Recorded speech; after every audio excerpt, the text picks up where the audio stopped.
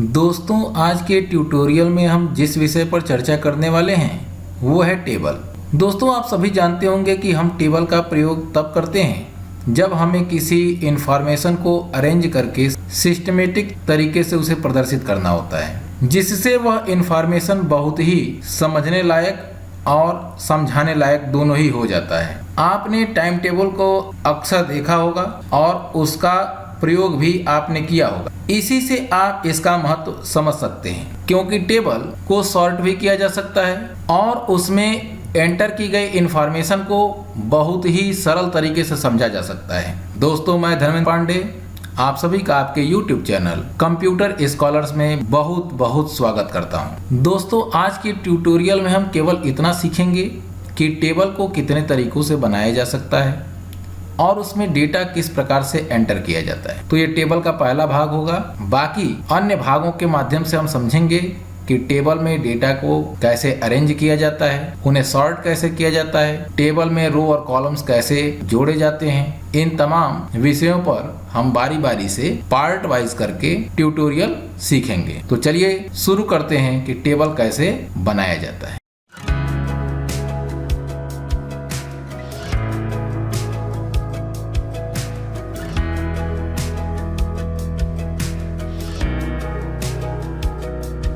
दोस्तों, डॉक्यूमेंट में table insert करने के लिए अनेक विधियां प्रदान की गई हैं, लेकिन आपको इस बात का जरूर ध्यान देना होगा कि आपको डॉक्यूमेंट के जिस स्थान पर टेबल इंसर्ट करना होता है वहां पर इंसर्शन पॉइंट को जरूर मूव कर लें। उदाहरण के लिए, मैं अगर डॉक्यूमेंट के इस स्थान पर टेबल इंसर्ट करना चाहता हूं तो इंसर्शन पॉइंट को इस स्थान पर मैंने मूव कर लिया। दूसरी बात, आपको यह डिसाइड करना होगा कि आपको डॉक्यूमेंट में कितने रो और कॉलम्स के टेबल को इंसर्ट करना है। उदाहरण के लिए, यदि मुझे 10 कॉलम्स और 8 रोज का एक टेबल डॉक्यूमेंट में इंसर्ट करना हो तो उसके लिए इंसर्ट टैब पर क्लिक करेंगे। उसके बाद आपको टेबल्स ग्रुप दिखाई देगा। इस ग्रुप के टेबल बटन पर क्लिक करेंगे तो आपके सामने एक लेआउट दिखाई देगा। इस लेआउट की सहायता से आप 10 कॉलम्स और 8 रोज का एक टेबल क्रिएट कर सकते हैं। तो इसको बस माउस को इसके ऊपर मूव करना है और आप इसको सिलेक्ट करके और बस एक बार माउस का लेफ्ट बटन क्लिक कर दीजिए, टेबल आपके डॉक्यूमेंट में इंसर्ट हो जाता है। अब मैं इसे अंडू कर दे रहा हूं। ये पहला तरीका था। दूसरा तरीका ये होता है, आप इसी इंसर्ट टैब के टेबल्स ग्रुप में जाकर टेबल बटन पर क्लिक करेंगे और इंसर्ट टेबल, इस विधि का प्रयोग करके आप बहुत बड़ा टेबल इंसर्ट कर सकते हैं। आपको जितना कॉलम और जितना रो चाहिए आप इसमें इंसर्ट कर सकते हैं, लेकिन ये ध्यान रखना होगा आपको कि टेबल उतना ही बड़ा हो जिसमें उसके कॉलम्स पेज पर फिट हो जाएं, नहीं तो आपको डॉक्यूमेंट में डेटा इंसर्ट करने में परेशानी होगी। तो यहाँ पर मैं उदाहरण के तौर पर 5 कॉलम्स ले रहा हूँ और केवल 1 रो ले रहा हूँ। फिर मैं आपको बताऊंगा कि कैसे इसमें डेटा को एंटर करते हैं और बहुत ही सरलता के साथ आप इसे सीख सकते हैं। तो मैं यहाँ इंसर्ट टेबल कमांड पर क्लिक करता हूं तो आपके सामने इंसर्ट टेबल डायलॉग बॉक्स प्रदर्शित होगा। यहां पर आप देख सकते हैं नंबर ऑफ कॉलम्स 5, यानी इसमें आपको वो वैल्यू एंटर करनी है जिसमें आपको ये बताना होगा कि कितने कॉलम्स की आपको आवश्यकता है, और नंबर ऑफ रोज में उस वैल्यू को एंटर करना है कि कितना आपको रोज चाहिए टेबल के भीतर, जिसे आप बाद में बदल भी सकते हैं। आप डिलीट कर सकते हैं टेबल से रो को, कॉलम को इंसर्ट भी कर सकते हैं, जिसे मैं अगले ट्यूटोरियल में आपको बताऊंगा। तो मैं यहाँ पर एक केवल रो लूंगा और यहाँ पर मैंने ओके बटन पर क्लिक कर दिया। अब आप देख सकते हैं कि यहाँ पर 5 कॉलम्स, 1 2 3 4 और 5 और 1 रो केवल। जो हॉरिजॉन्टल जो पंक्ति दिखाई दे रही है आपको वो रो है और जो वर्टिकल आपके स्तंभ हैं वो आपके कॉलम्स हैं। अब मैं आपको यहीं पर टेबल में डेटा एंटर करना भी बता दे रहा हूँ। तो टेबल में डेटा एंटर करने के लिए आप टेबल के किसी सेल में क्लिक कर देंगे जिसमें आपको डेटा एंटर करना होगा। उसके बाद आप आवश्यक डेटा को उसमें टाइप कर देंगे। मैं यहाँ पर कुछ उदाहरण लेकर समझा रहा हूँ। जैसे आपको पहले सेल में नेम एंटर करना हो, दूसरे सेल में आपको फादर का नाम एंटर करना हो, तीसरे सेल में एड्रेस, चौथे सेल में डेट ऑफ बर्थ और 5वें में सैलरी वगैरह जो भी हो आप अपनी आवश्यकता के अनुसार एंटर कर सकते हैं। तो मैं इसमें पहले सेल में डेटा एंटर कर रहा हूँ, जैसे नेम, दाहिनी ओर के सेल में जाने के लिए आपको केवल टैब की को प्रेस करना होगा। जैसे ही आप टैब की को प्रेस करेंगे इंसर्शन पॉइंट टेबल के राइट साइड वाले सेल में मूव कर जाता है। तो ये ध्यान रखना है कि जब भी आप डेटा एंटर करें टैब की को प्रेस करें, दूसरे अन्य की को प्रेस करने की आवश्यकता नहीं होती है।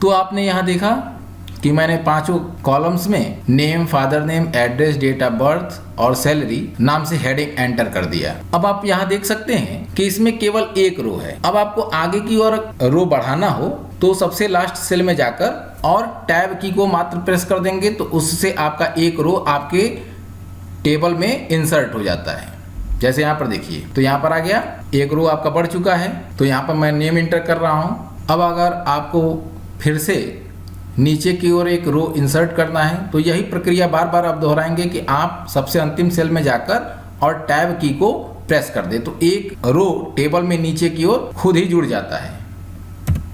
जैसे यहाँ पर देख सकते हैं।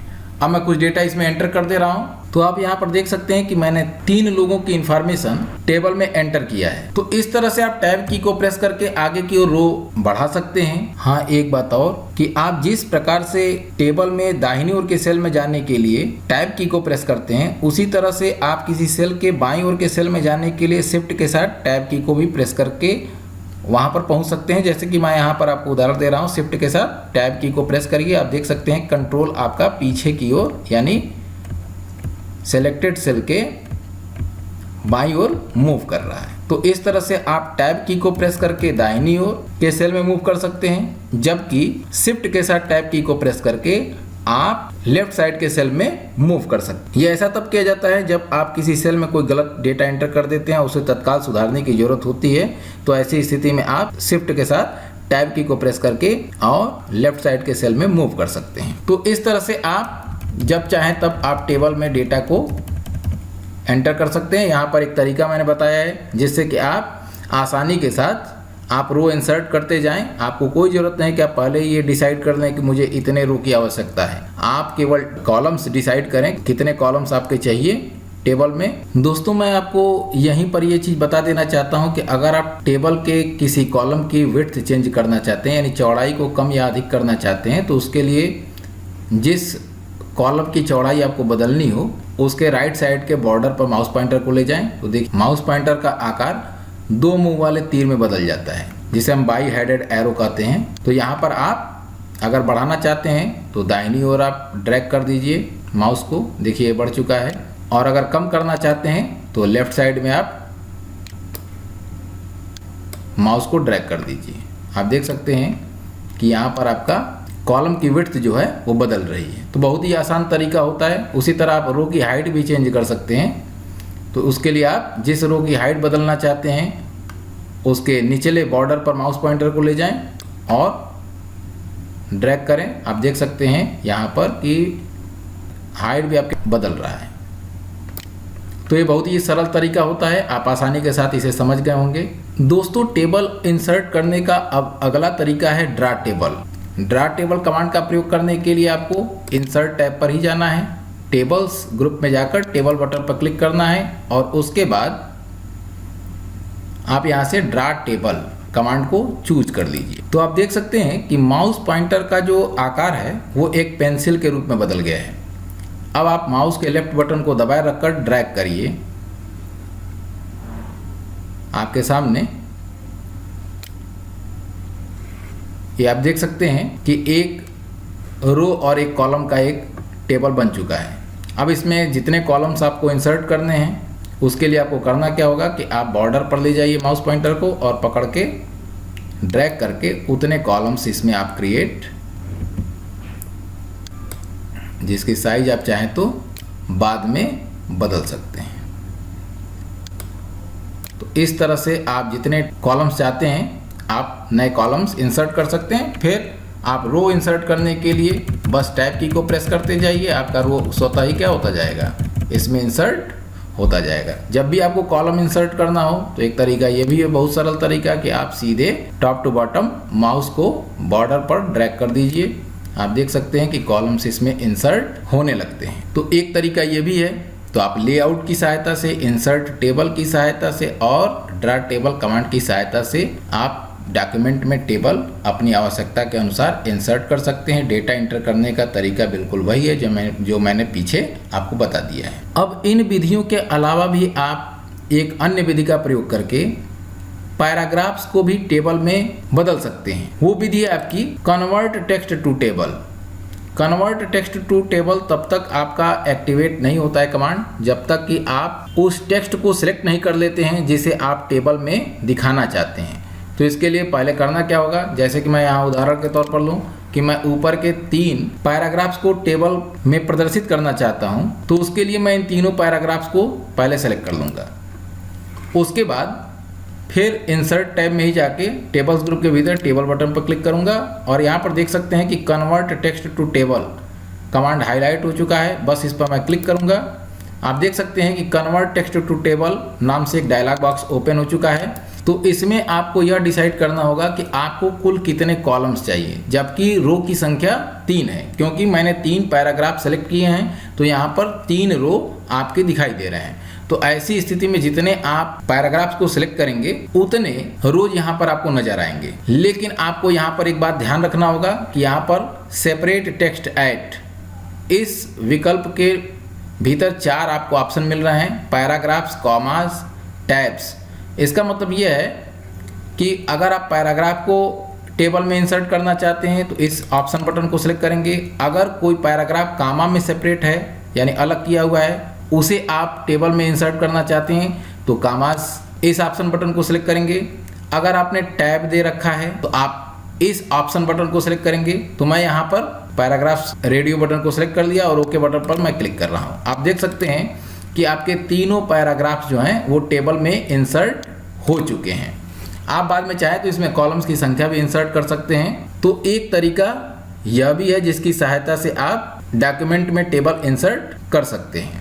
आपने इसी डायलॉग बॉक्स में एक अन्य ऑप्शन बटन को देखा है जो टैब्स के नाम से है। टैब्स का मतलब होता है कि आप जो भी टेक्स्ट लिखते हैं उसे टैब के माध्यम से सेपरेट करते हैं यानी अलग करते हैं, और उसके बाद उसे अगर आप टेबल में इंसर्ट करना चाहते हैं तो उसके लिए आप टैब्स ऑप्शन बटन को प्रयोग कर सकते हैं।